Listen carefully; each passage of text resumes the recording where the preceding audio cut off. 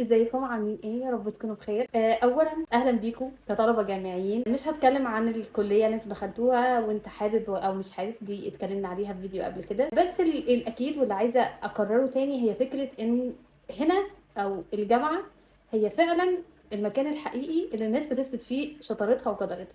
الشاطر هو اللي بيكمل شطاره، واللي مش شاطر هو اللي بيفتكر ان ثانويه عامه هي نهايه الدنيا. واكيد انتوا شايفين ده قدامكم دلوقتي، ان فعلا ايا كان الكليه اللي انت دخلتها مش هتشتغل بيها الا لو انت شاطر. خلاص خلصنا النقطه دي، نبتدي بقى نتكلم في النقط الاساسيه اللي احنا جايين نتكلم عليها النهارده. اول بوينت، المذاكره. بصوا يا جماعه، مذاكره الجامعه مختلفه تماما عن مذاكره ثانوي. لكن في الجامعه عايز تجيب تقدير كويس، مش هنتكلم عن الاوائل لان انا مش بطلع من الاوائل. اهم حاجه الاستمراريه. الجمله الذهبيه في الجامعه هي قليل المتصل خير من كثير منقطع. ان انت تبتدي من اول السنه تقرا الكلام، مش لازم تذاكر ولا تدح ولا اي حاجه، مجرد انك تقرا او تشوف المحاضرات او تسمع المحاضرات او تسمع السكاشن، ده هيكون كافي جدا ان انت تفضل تكيب اب مع الجامعه ومع اللي بياخده. بس حاول على قد ما تقدر تخرج من الكليه بتقدير كويس. من التقدير انا عارفه ان هو مش اهم حاجه ومش هيشغلك والحاجات دي كلها، بس هيبقى ادد فاليو كويسه في السي في. لان زي ما قلت قبل كده، احنا دلوقتي بقينا في عصر تنافسي بحت، وانت في منك الملايين. حاجه زي التقدير مش صعبه في الكليه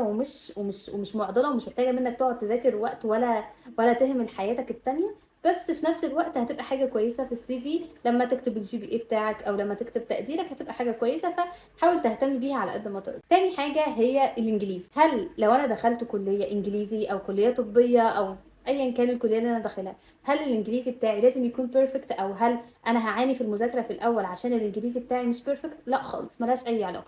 اللي بناخده في الكليه لو انت داخل كليه طبيه حاجه بنسميها ترمينولوجي او مصطلحات طبيه.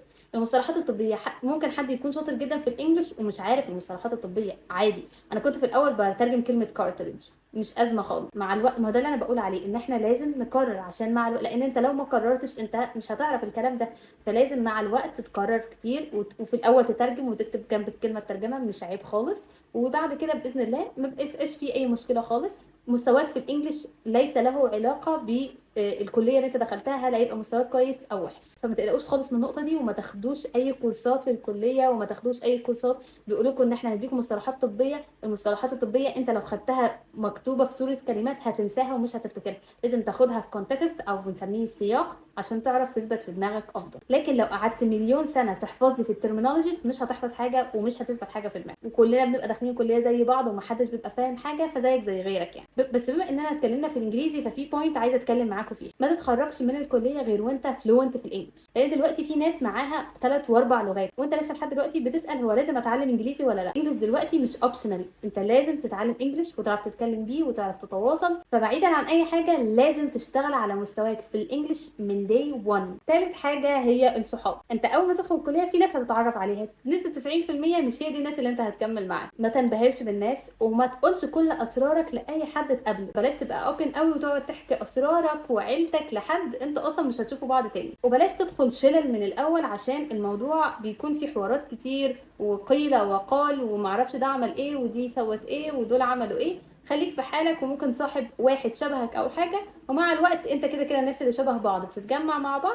بس بلاش شلل في الاول، وبلاش تغير من نفسك او تغير من مبادئك او تغير من شخصيتك عشان تفت ان مع شله معينه او مع حد معين. انت مهما كنت مختلف اكيد هتلاقي حد شبهك ودماغه بتماتش مع دماغك. بالراحه كده واهدى، ومفيش مشكله لو ما صاحبتش خالص اول ترم. اتعرف على الناس كلها واعرف الناس كلها وخليهم كلهم زمايلك، بس ما تصاحبش الا اللي فعلا شبهك. رابع حاجه هي علاقتك او علاقتك مع زمايلك او زميلاتك في الجامعه. مش هتكلم كتير في النقطه دي، بس الدين محدد لنا قواعد معينه بنتعامل بيها مع الطرف الاخر. القواعد دي كلنا عارفينها، بس اهمها ان احنا علاقتنا بالطرف الاخر محكومه بموقف معين وبسبب معين وبوقت معين وبمكان معين. وطالما الحاجه دي تقدري تسالي فيها زميلتك البنت، خلاص اعملي ده. طب افرض حاجه معينه الليدر بتاع الدفعه مثلا هو ولد وانا مش هقدر اكلم فيها حد غير الولد ده، خلاص مفيش مشكله نتكلم بس في حدود معينه وفي وقت معين. وبمجرد ما الحاجه دي تخلص احنا علاقتنا انتهت. العلاقه بينا مش بتكمل ومش بنتكلم في الفاضي والمليان. بمجرد ما السؤال ينتهي العلاقه تنتهي. وده احتراما ليكي وللي حواليك، ان اللي حواليك يكونوا عارفين الباوندرز بتاعتك، دي حاجه مهمه جدا. وما تتخدعيش في المظاهر وان كل اللي حواليا بيعملوا كده، صدقيني مفيش حاجه اسمها كل اللي حواليا بيعملوا كده. خامس حاجه هي تطوير نفسك. اوعى